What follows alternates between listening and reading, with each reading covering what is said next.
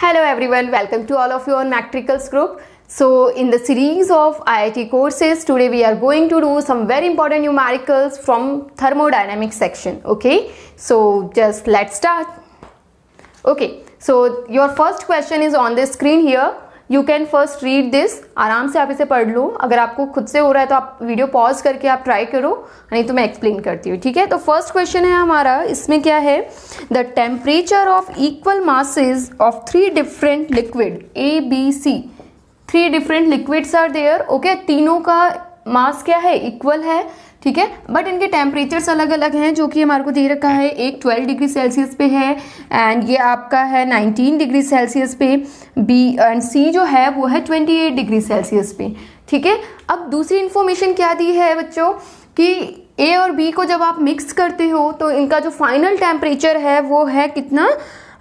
16 degree Celsius. ठीक है, this is the final temperature of mixture of A and B. ठीक है, इसको आप आपने मिक्स कर दिया. बी एंड सी को जब आप मिक्स करते हो तो इसका जो फाइनल टेम्परेचर है वो है 23 डिग्री सेल्सियस. ओके, अब दोनों के फाइनल टेम्परेचर दे रखे हैं. क्वेश्चन आपका ये है कि the temperature when A and C are mixed, मतलब वो फाइनल टेम्परेचर क्या होगा if you are mixing A and C. तो ए और सी को मिक्स कर देते हैं हम. 12, ये 28 पे है. इसका हमारे को फाइनल टेम्परेचर देखना है ए सी का, जो कि हमें नहीं पता है. ठीक है, बाकी ए बी का पता है, बी सी का पता है.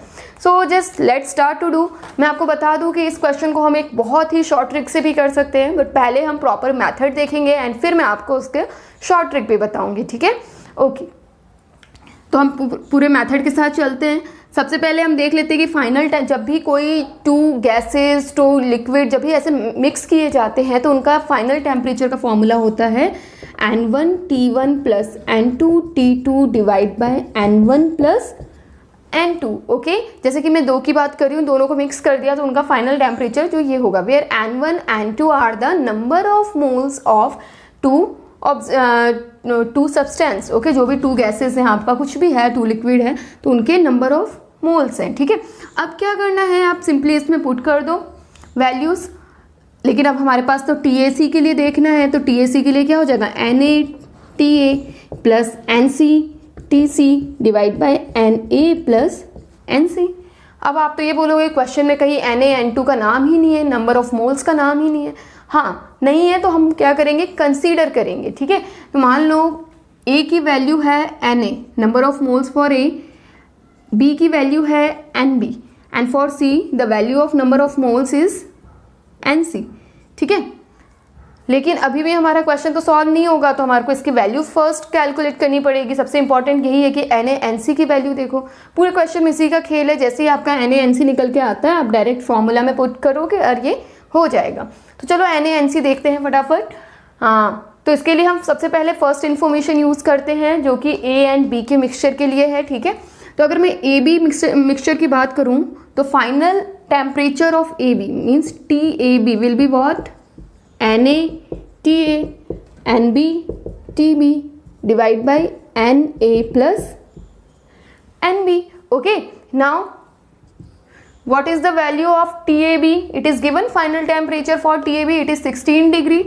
मैं इसको F लगा देती हूँ. फाइनल टेम्परेचर रखना है आपको यहाँ पे, तो ये हो जाएगा 16 डिग्री इक्वल टू वैल्यू रख दो NaNb. इसको सिर्फ इसी तरह रहने दो आप. Ta की वैल्यू जो है वो है आपके पास 12 प्लस Nb की वैल्यू जो है वो है, Nb तो Nb ही है, ये है आपके पास 19 degree divide by Na plus Nb. अब क्या करना है? सिंपल कैलकुलेशन जो कि आप कर ही लोगे. ये हो जाएगा 16 Na plus 16 Nb is equal to 12 Na plus 19 Nb.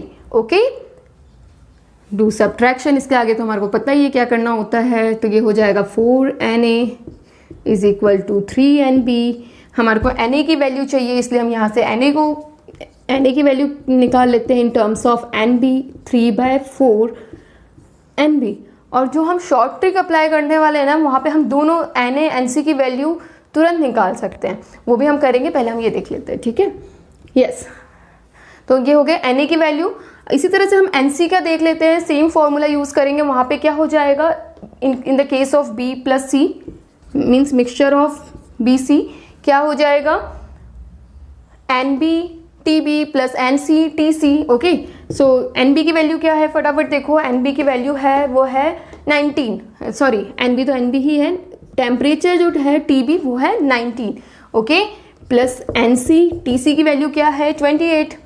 Okay, so it will B 28 divide by NB plus NC and final temperature is also given, that is 23। सो इधर कर दो 23। अब क्या करना है, सिंपल जस्ट वही क्रॉस मल्टीप्लीकेशन देन सॉल्व। तो ये हो जाएगा आपके पास 23 NB and this side 19 NB। So after subtraction it will be 4 NB is equal to 28 minus 3, 23 will be 5 NC. So NC will be 4 by 5 NB. Okay, so 4 by 5 NB। अब आपके पास Na की value है, NC की value है, Ta की value है, TC की value, simply just put कर दो अब आप फॉर्मूले में। तो Na की वैल्यू कितनी हो गई 3 by 4 NB मल्टीप्लाई Ta की वैल्यू कितनी हो गई स्टूडेंट्स, गिवन है अपने पास तो 12, ये हो जाएगा 4 by 5 मल्टीप्लाई बाय NC की value 28। Okay, divide by NB plus NC जो कि क्या हो जाएगा आपके पास 3 by 4 plus 4 by 5 NB common. ठीक है, NB कॉमन, ऐसे यहां से भी आप NB कॉमन ले सकते हो, तो फिर वो NB से NB कैंसिल हो जाएगा। ठीक है, NB से NB भी कैंसिल हो गया। ओके, अब हम इसको थोड़ा सा और देख लेते हैं। आप तो सिर्फ LCM वगैरह लेना रह गया है और आपका question done.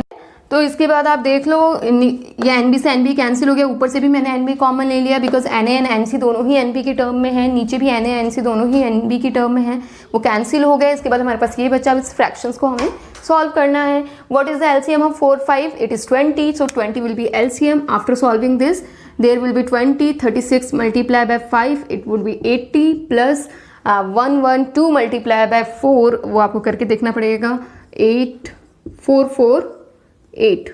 okay, and divide by 20 and for denominator it would be 15 plus 16 divide by 20, 20 to 20 cancel, आपका हो जाएगा क्या 8। ये आप करके देख लोगे ना, एडिशन है simple, 8 plus 4 is 12 and 6। okay, and it will be 31। okay, तो ये आपके पास आया। ठीक है, ये तो 20 to 20 कैंसिल हो गया। अब इसका सिंपल हम सॉल्व करेंगे तो ये हो जाएगा 31 2 जा 62 complete 20 point, it will be coming out 20.2 approximate. Okay, और ये अप्रॉक्सीमेट आपके क्वेश्चन में दिया हुआ है, आई थिंक यस आपके क्वेश्चन में दिया हुआ है ऑप्शन। ठीक है, 20.2 degree Celsius. So this is your final temperature for AC mixture. Okay students, तो ये होप आपको ये प्रोसीजर समझ में आया होगा। हमारे को सिर्फ गिवन इन्फॉर्मेशन से Na एंड NC की वैल्यू कैलकुलेट करनी है और उसके बाद इस फॉर्मूला में वैल्यू पुट कर देनी है। After calculation you will get your answer. Okay, so अब मैंने आपको ये बताया था कि शॉर्ट ट्रिक सबके लिए नहीं है, लेकिन हाँ आप इस क्वेश्चन को जहाँ ये आपका अगर 3-4 मिनट में हो रहा है तो आप इसे क्या कर दोगे, आप 50% आप इसका टाइम डिक्रीज कर सकते हो शॉर्ट ट्रिक से। सो एक बार वो भी देख लो।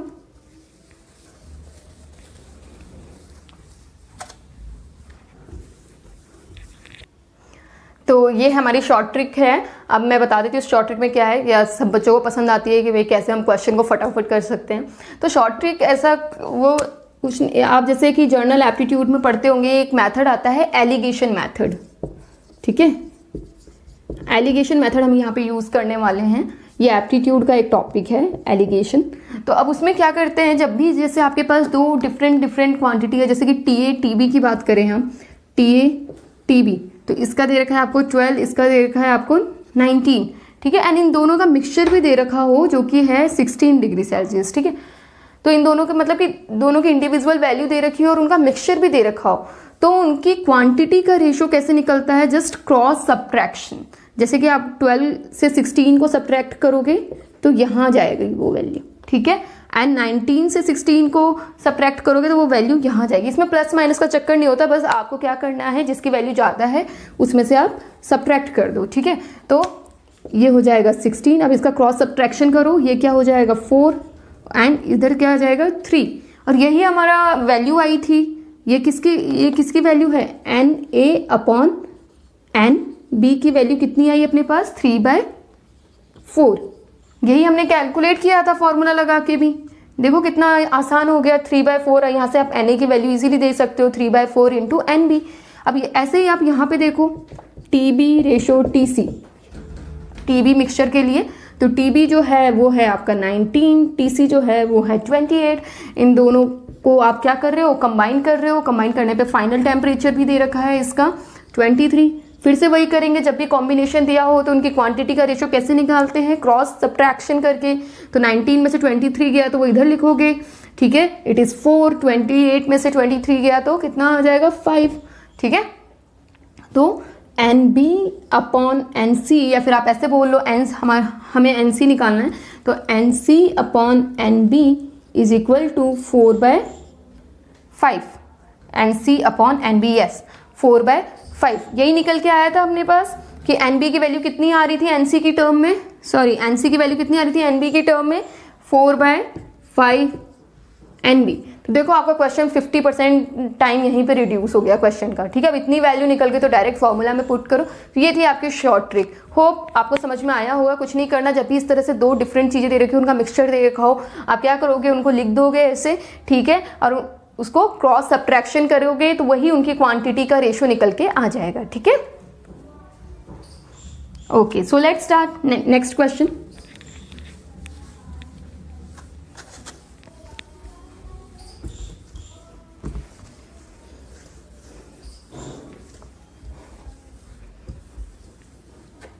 Okay, so let's try next question. कुछ इजी सा लूँगी आपके लिए, ठीक है। ये थोड़ा लेंदी हो गया, आप थोड़ा इजी कर लेते हैं इस क्वेश्चन को। तो हम ले लेते हैं, एक क्वेश्चन है आपके पास, a physical process during which, okay, your question is there, a physical process during which there is neither gain nor loss of heat from the system is called. कोई ऐसा प्रोसेस हो जिसमें ना तो हीट का गेन हो रहा हो ना हीट का लॉस हो रहा हो, ऐसी प्रोसेस को क्या बोलते हैं स्टूडेंट्स? कल ही हमने पढ़ा था, it is adiabatic process. Adiabatic process में ही होता है ना, heat transfer is 0, this is the adiabatic process, okay. तो ये क्वेश्चन तो बहुत ही ईजी था, अगर हमने थोड़ा बहुत पढ़ रखा है तो कोई भी कर देगा इस क्वेश्चन को, ठीक है। अब नेक्स्ट क्वेश्चन देख लेते हैं हम। तो नेक्स्ट क्वेश्चन है आपका कुछ इस तरह, a gas, yes, look at the screen, yes, a gas has pressure P and volume V, okay, pressure P है किसी and volume क्या है V, किसी गैस का pressure P and volume V and it is compressed adiabatically, okay, it is compressed adiabatically to 1/32 times the original value। मतलब volume जो है ये कंप्रेस हुई तो ऑब्वियसली वॉल्यूम क्या हो जाएगा, डिक्रीज हो जाएगा। कितना डिक्रीज हो गया, 1/32 टाइम ऑफ इनिशियल। अगर ये इनिशियल है तो अब फाइनल वॉल्यूम क्या हो गया इसका, ठीक है, ये हो गया आपका फाइनल वॉल्यूम। तो 1/32 टाइम इंटू वी आई, ये आपका फाइनल वॉल्यूम हो गया था। Original volume, final initial volume बोल लो या आप ओरिजिनल वॉल्यूम बोल लो, ठीक है। गिवन दैट, ये आपकी गिवन इन्फॉर्मेशन है कि 32 की पावर 1.4 इज इक्वल टू 128। ये तो हमें चाहिए ही होती है, अगर हमें कैलकुलेटर नहीं यूज़ करना हो तो ये वैल्यू तो चाहिए ही होगी हमें, ठीक है। द फाइनल प्रेशर PF आपको निकालना है। अब क्या करेंगे स्टूडेंट्स, जब भी एडियाबैटिक प्रोसेस हो तो हमारे को रिलेशन पता है प्रेशर एंड वॉल्यूम में। क्या रिलेशन होता है एडियाबैटिक लिए, PV gamma equal to constant, okay. That means P1 V1 gamma is equal to, आप ऐसे बोल सकते हो ओरिजिनल के लिए initial is equal to P final V final power gamma. अब आपके पास P इनिशियल गिवन है, कितना गिवन है, P इनिशियल ही रखो, ठीक है। P इनिशियल की टर्म में ही चाहिए हमें आंसर, यस, ठीक है। इसको P इनिशियली रखो। V इनिशियल गामा गिवन है 1/32 टाइम, 1/32 टाइम की पावर गामा, ठीक है, is equal to P final. तो हमें कैलकुलेट करना है V, I made it mistake here, okay. V initial given है आपके पास, okay. So P initial, V initial just आपको वैल्यू पुट करनी है फटाफट। P इनिशियल की वैल्यू, P इनिशियल ही रहने दो, P ले लो, ठीक है। V इनिशियल की वैल्यू V इनिशियल ही ले रहे हैं हम लोग, okay. And it is gamma as it is. P final जो कि हमें कैलकुलेट करना है, एंड V फाइनल की वैल्यू हमें गिवन है कितनी, 1/32, ओके। V इनिशियल, ये तो आपको V फाइनल की वैल्यू गिवन है, एंड ऊपर क्या हो जाएगा, पावर गामा। तो P फाइनल की वैल्यू क्या हो जाएगी स्टूडेंट्स, जस्ट अरेंज कर दो इसको। तो ये क्या हो जाएगा आपके पास, P अपॉन P, इसको तो इस तरफ लेके आओगे आप, तो ये एक तरह से ये हो जाता है VI अपॉन VF, ओके। सो ये हो जाएगा 1/1/32, इट विल बी 32 की पावर गामा, की पावर गामा। जो भी गामा की वैल्यू भी गिवन है आपको 1.4, ठीक है। तो ये हो गया आपके पास P final is equal to in the terms of P, okay. So P final की वैल्यू तो इजीली कैलकुलेट हो गई, हमारे पास कितना आया, 128P, क्योंकि 32 की पावर 1 पॉइंट गामा, तो ये दे रहे हमारे को वैल्यू गिवन है 128। सो P फाइनल इज 128P। अब इसको आप डायरेक्ट ऐसे लर्न कर सकते हो कि P initial upon P final is equal to V final upon V initial की पावर गामा। इस तरह से ट्रांसफॉर्मेशन नहीं करना पड़ेगा, ठीक है। ये इक्वेशन हो जाएगी, अब डायरेक्ट पुट करोगे तो ये 32 की पावर 128 आ गई, ओके। एंड जब आप इसको इस तरह से करोगे क्रॉस मल्टीप्लिकेशन, तो 32 उधर जाएगा आपके पास, तो आंसर जो है वो आएगा आपका 128P। कैलकुलेशन एक बार आप लोग बहुत अच्छे से देख लेना, ठीक है। मैं कैलकुलेशन पे फोकस ज़्यादा नहीं करती हूँ, मुझे ये है कि आप लोग को समझ में आना चाहिए। तो ऑप्शन नंबर क्या हो गया, D, okay students. So shall we start next, okay.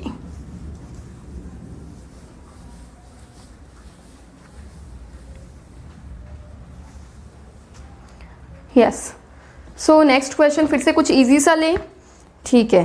तो एक बहुत ही इजी क्वेश्चन है आपके पास, the pressure temperature relationship for an ideal gas undergoing adiabatic change.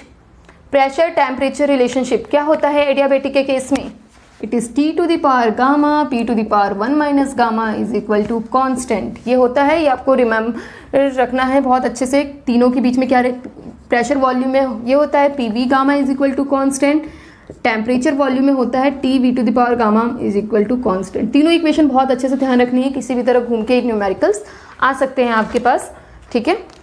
तो ये आपका ऑप्शन नंबर कौन सा हो जाएगा, A, okay. Option number A, okay, yes. So next question,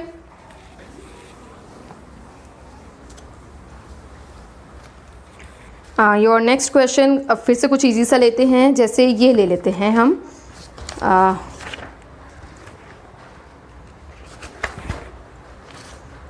okay. During an adiabatic, next question is there, during an adiabatic expansion of 2 mole of a gas the change in internal energy was found to be minus 100 joule. Change in internal energy, that is delta U, it is minus 100 joule, okay। बहुत easy question है। The work done during the process, work done आपको calculate करना है during the process, and ये आपको clear है कि ये एडियाबैटिक एक्सपेंशन है। प्रोसेस का नाम भी दे रखा है आपको एडियाबैटिक। तो हमें पता है स्टूडेंट्स, एडियाबैटिक का नाम आते ही आपको ये कंसीडर कर लेना है कि डेल्टा क्यू की वैल्यू क्या है, 0। अब क्या करेंगे, अब ऐसा कौन सा इक्वेशन है जो तीनों को रिलेट करती है, first law of thermodynamics. So delta Q is equal to delta U plus delta W, okay. And delta U is minus 100, it is 0, it is delta W, so obviously delta W will be what, positive 100 joule, okay. जब ऐसा ही होता है, जब भी adiabatic process हो उसमें internal energy जो होती है वो वर्क डन के इक्वली होती है, बस उनका सिंबल क्या हो जाता है, चेंज हो जाता है। एंड मैं आपको पता है कि जब भी वर्क डन पॉजिटिव हो इसका मतलब क्या है कि work done by the gas. तो आप इस तरह से बोल सकते हो कि work done by the gas is 100 joule, and if you are getting work done negative then work done on the gas, okay. तो ये चीज़ें आपको थोड़ा थोड़ा ध्यान रखनी है कॉन्सेप्ट के साथ ही, okay. So let's move to next question. There is another question, when an adiabatic Okay, question is there. When an ideal diatomic gas is heated at constant pressure, the fraction of the heat energy supplied which increases the internal energy of the gas. इसका मतलब क्या है कि आपको क्या calculate करना है. एक तो डायटोमिक गैस की बात कर दी कि यहाँ पे डायटोमिक गैस गिवन है आपको, ठीक है. डायटोमिक, अगर जब भी डायटोमिक मोनो एटोमिक की बात की जा रही है तो आपको समझ लेना है कि डिग्री ऑफ फ्रीडम क्या होता है, मतलब उसमें आपको डिग्री ऑफ फ्रीडम कंसीडर करना है. तो डायटोमिक के लिए डिग्री ऑफ फ्रीडम कितना होता है स्टूडेंट्स? 5. ठीक है. अब ये बोल रहे हैं कि हीटेड एट कांस्टेंट प्रेशर, तो CP की बात कर रहे हैं, तो कांस्टेंट प्रेशर की बात हो रही है, तो specific heat at constant pressure will be what? 1 + F/2. That means it will be 7/2. This is the value of CP. Okay. And फिर ये बात कर रहे हैं क्या कैलकुलेट करना है. is heated at constant pressure, the fraction of heat energy supplied which increases the internal energy. fraction of heat energy supplied, ये होता है स्टूडेंट्स कि भाई कितनी एनर्जी, कितना फ्रैक्शन आपने हीट का, ऐसे समझ लो कि हीट एनर्जी का कितना पार्ट आपने दिया जिससे इंटरनल एनर्जी क्या हो गई? इंक्रीज हो गई. तो इंटरनल एनर्जी जो होती है वो होती है आपकी ΔU CV dt.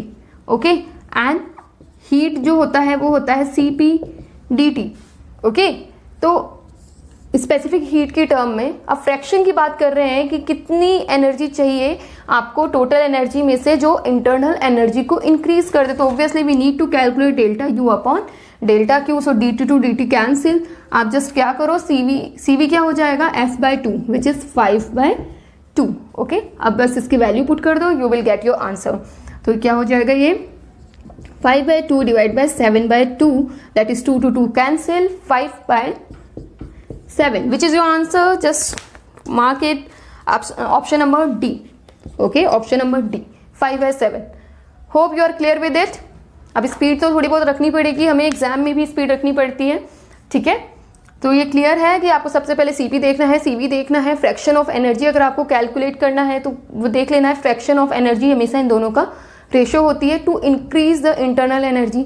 यहीं पे अगर वर्क डन की बात आ जाती तो आप यहाँ पे वर्क डन कर देते, क्योंकि टोटल एनर्जी में से ही तो ड्रॉ होती है एनर्जी. ठीक है. इसलिए ΔQ नीचे आता है. Okay. So let's move to next question. Hope आप लोग बोर नहीं हो रहे होंगे, क्वेश्चन हम बहुत स्पीड में लेते हैं. ठीक है. Yes. Your next question is very good question is this. Consider. Question is there. An ideal monoatomic gas is taken the cycle ABCDA. एक ग्राफ गिवन है आपको. ठीक है. PV ग्राफ है ये आपके पास, प्रेशर एंड वॉल्यूम. क्वेश्चन के according मैं बता रही हूँ. और इसमें आपको एक साइकिल दे रखी है. साइकिल का नाम भी रख दिया है इन्होंने ABCDA. तो आप ऐसे कर लो ABCDA. तो इसका मतलब ये कोई भी प्रोसेस है वो है आपकी एक साइक्लिक प्रोसेस है. ठीक है. साइक्लिक प्रोसेस है. ओके. इनकी वैल्यूज भी दे रखी है कि यहाँ पे जो वैल्यू है वो P है, यहाँ पे जो वैल्यू है वो 2P है, यहाँ पे जो वैल्यू है वो V है, यहाँ पे है 2V. अब मैं आपको फटाफट से क्वेश्चन बता देती हूँ, आपको 1 सेकेंड लगेगा इसे गेस करने में. The work done during the cycle. Work done, question यही है, work done during the cycle. सबसे पहले हम क्या देखेंगे, वर्क डन का फॉर्मूला क्या होता है? Pressure multiply by volume. But whenever you have graph, in that case work done will be what students? Area under the curve, under the PV curve. Okay. जो भी आपको PV ग्राफ दे रखा है इसके अंदर का आपको एरिया निकाल लेना है, वही एरिया आपका वर्क डन के इक्वल हो जाएगा. तो यहाँ पे एरिया क्या हो जाएगा इस साइकिल का? दिस. अब ये कौन सी शेप दिख रही है आपको? रेक्टेंगल शेप दिख रही है. ठीक है. अब दिखने की भी क्या जरूरत है, आप देख सकते हो कि दोनों की जो साइड्स हैं वो इक्वल है, दोनों पैरेलल हैं. ठीक है. इसकी भी वैल्यू P है, इसकी भी वैल्यू P है, इसकी वैल्यू क्या है 2V minus V, it is V, इसकी भी वैल्यू V है. ठीक है. तो अब सिंपल आपको क्या करना है, लेंथ इंटू ब्रेड्थ से आपको एरिया निकालना है. Area of this curve which is P into V. So your answer will be PV. The work done is PV. Hope you are clear with this. इसमें तो कुछ था ही नहीं। आपको सिर्फ एक कॉन्सेप्ट ध्यान में रखना था कि जब भी आपके पास कोई ग्राफ दिया हुआ हो, पीवी ग्राफ हो, तो वर्क डन क्या हो जाएगा, area under the curve. Shape कुछ भी हो सकती है, तो बहुत ही सिंपल था। अगर शेप ऐसे भी हो सकती है, ठीक है, उस केस में आपको ऐसे निकालना पड़ेगा एरिया, ठीक है। तो वहाँ पे आपको थोड़ा सा अपना दिमाग लगाना पड़ेगा कि भाई कौन सा एरिया का फॉर्मूला मतलब आपको लर्न रहना चाहिए। ट्रायंगल बन रहा है तो ट्रायंगल का फॉर्मूला आप यूज़ करोगे, रेक्टेंगल बन रहा है तो रेक्टेंगल का फॉर्मूला यूज़ करोगे, ठीक है, वो सारी चीज़ें हैं। ये हो गया आपका क्वेश्चन। अब हम एक लास्ट क्वेश्चन ले लेते हैं जो कि बहुत ही अच्छा क्वेश्चन है एंड मुझे ऐसा लगता है वो बहुत ही इंपॉर्टेंट भी है, ठीक है। उसमें बहुत सारे कॉन्सेप्ट, मतलब एक ही कॉन्सेप्ट को घुमा घुमा के पूछा गया है, तो हम उस क्वेश्चन को ले ही लेते हैं फाइनली। ये क्वेश्चन है आपका ग्राफ से रिलेटेड ही है। Yes, just let me take where I have seen that. Yes, just wait 2 minutes. Yes, I find your question. So this is your question and this is very interesting. 4 parts are there. तो इस question में आपको क्या दे रखा है, a solid material is supplied with heat at constant rate. आपको एक graph दे रखा है, ठीक है, एंड ग्राफ किस किस के बीच में है, टेम्परेचर एंड हीट के बीच में। तो पहले हम ग्राफ ही बना लेते हैं बहुत अच्छे से। ये हो गया आपका टेम्परेचर,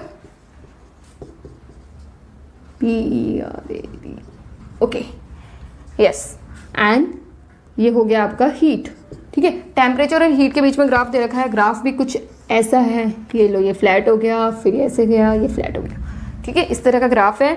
इसकी नेमिंग भी अच्छी खासी कर रखी है इन्होंने, ABCD, ओके, डी के बाद भी है, यस, E, यहाँ तक जा रहा है ये, ठीक है। अब क्या बात कर रखी है इन्होंने, ये बता रखा है कि ग्राफ जो है किसी सॉलिड के लिए है, ठीक है। The temperature of the material is changing with the heat, obviously heat change हो रहा था, टेम्परेचर भी चेंज हो रहा है और उसका ग्राफ हमारे को मिल गया है। अब फॉलोइंग क्वेश्चंस के आंसर्स देने हैं। तो पहला क्वेश्चन देखो क्या है, what do the horizontal region AB and CD represent. AB and CD, आप अगर देखो तो AB एंड CD दोनों ही क्या है, फ्लैट है, ठीक है। आप ये बोल सकते हैं हॉरिजॉन्टल है, हॉरिजॉन्टल है इसका मतलब स्लोप क्या है, 0, ओके। मतलब कि अब स्लोप क्या बता रहा है आपको, स्लोप ये बता रहा है, स्लोप क्या होता है students, y axis upon x axis, change in y axis. तो यहाँ पे स्लोप की जगह मैं ये ले लेती हूँ dt/dq, यही स्लोप है। y एक्सिस पे टेम्परेचर है, x एक्सिस पे हीट है, हीट का चेंज जो है हम dq से ले रहे हैं एंड टेम्परेचर का चेंज जो है वो dt से ले लो, तो स्लोप क्या हो जाएगा dt/dq। अब ये 0 है, इसका मतलब क्या है कि टेम्परेचर जो है वो चेंज नहीं हो रहा है विद रेस्पेक्ट टू हीट। यही मतलब हुआ ना, आप ग्राफ देखो, टेम्परेचर फिक्स हो गया, एक हीट तो चेंज हो रही है लेकिन टेम्परेचर फिक्स हो गया एक वैल्यू पे। तो ऐसा क्या पॉसिबल है कि आप हीट इंक्रीज करते जा रहे हो लेकिन टेम्परेचर पे कोई फर्क ही नहीं आ रहा है? यस, ये तो पॉसिबल है। अगर आपको कॉन्सेप्ट याद है लेटेंट हीट का, लेटेंट हीट में क्या होता है कि जो एनर्जी आप सप्लाई कर रहे हो वो टेम्परेचर इंक्रीज करने में यूज़ नहीं होती, वो किस में यूज़ होती है, स्टेट को चेंज करने में यूज़ होती है, ठीक है। तो अब आप इस क्वेश्चन पे आओ फिर से और सोचो, ये ग्राफ जो है सॉलिड का है। अब सॉलिड का अगर यहाँ पे तो टेम्परेचर ये शो हो रहा है कि टेम्परेचर चेंज है, ठीक है, हीट इंक्रीज हो रही है तो टेम्परेचर भी इंक्रीज हो रहा है। अब टेम्परेचर इंक्रीज हो रहा है सॉलिड का, तो ये किस में कन्वर्ट हो रहा होगा, लिक्विड में कन्वर्ट हो रहा होगा, ठीक है। अब हुआ क्या, एक टाइम के बाद आके ये बिल्कुल ही टेम्परेचर चेंज होना बंद हो गया। इसका मतलब क्या है कि यहाँ पे हम लेटेंट हीट की बात कर रहे हैं। जो सॉलिड है ऐसे समझ लो आइस है, आपको पता है ना, ice and ice water, ice and ice water दोनों का टेम्परेचर कितना होता है, 0 डिग्री सेल्सियस। यहाँ पे वही हाल है कि जब आइस था यहाँ पे सॉलिड था तो वो कन्वर्ट हो चुका है लिक्विड में, ठीक है। अब उसका टेम्परेचर कांस्टेंट है, तो आप क्या बोलोगे कि ए बी आपको क्या शो कर रहा है, it is showing the latent heat of the solid, okay, कि इसीलिए टेम्परेचर चेंज नहीं हो रहा क्योंकि यहाँ पे वो लेटेंट स्टेट चेंज करने में यूज हो रहा है, ठीक है। सिमिलरली सी डी, अब यहाँ पे लिक्विड है, ठीक है, यहाँ तक लिक्विड मिल गया हमारे को, अब फिर से टेम्परेचर इंक्रीज हो रहा है, तो अब लिक्विड का टेम्परेचर अगर आप इंक्रीज करोगे तो वो किस में जाएगा, वेपोराइजेशन कंडीशन में जाएगा, ठीक है। तो यहाँ पे अब क्या हो रहा है, लिक्विड वेपोराइज्ड हो रहा है। अब ऐसा टाइम आया कि हीट तो इंक्रीज होती जा रही है, आप उसको सप्लाई तो दे रहे हो, बट टेम्परेचर क्या हो गया आपका, कांस्टेंट। अब इसका क्या मतलब हुआ कि लिक्विड का आप टेम्परेचर पहले तो बढ़ रहा था अब कांस्टेंट, तो ऐसा कौन से केस में होता है? Latent heat of evaporization. यही होता है ना, जब भी इवेपोराइजेशन प्रोसेस स्टार्ट होती है तो आप क्या बोलते हो कि वहाँ पे टेम्परेचर क्या है? सेम है। ठीक है, तो इसका मतलब CD कर्व आपको क्या शो कर रहा है? ये तो हुआ लेटेंट हीट ऑफ फ्यूजन, ये क्या शो कर रहा है? Latent heat of vaporisation. समझ में आया आप लोगों को कि जब लिक्विड का टेम्परेचर कांस्टेंट हो जाए इसका मतलब वहाँ पे फ्यूजन हुआ है, और जब आप ये बोलोगे कि भाई लिक्विड से गैस मतलब वेपोराइज हो रहा है, उसका टेम्परेचर कांस्टेंट हो जाए तो लिक्विड कौन सी स्टेट में है?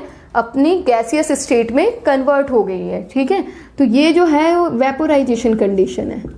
ठीक है, तो CD एंड AB आपको ये शो करते हैं latent heat of fusion and latent heat of vaporisation.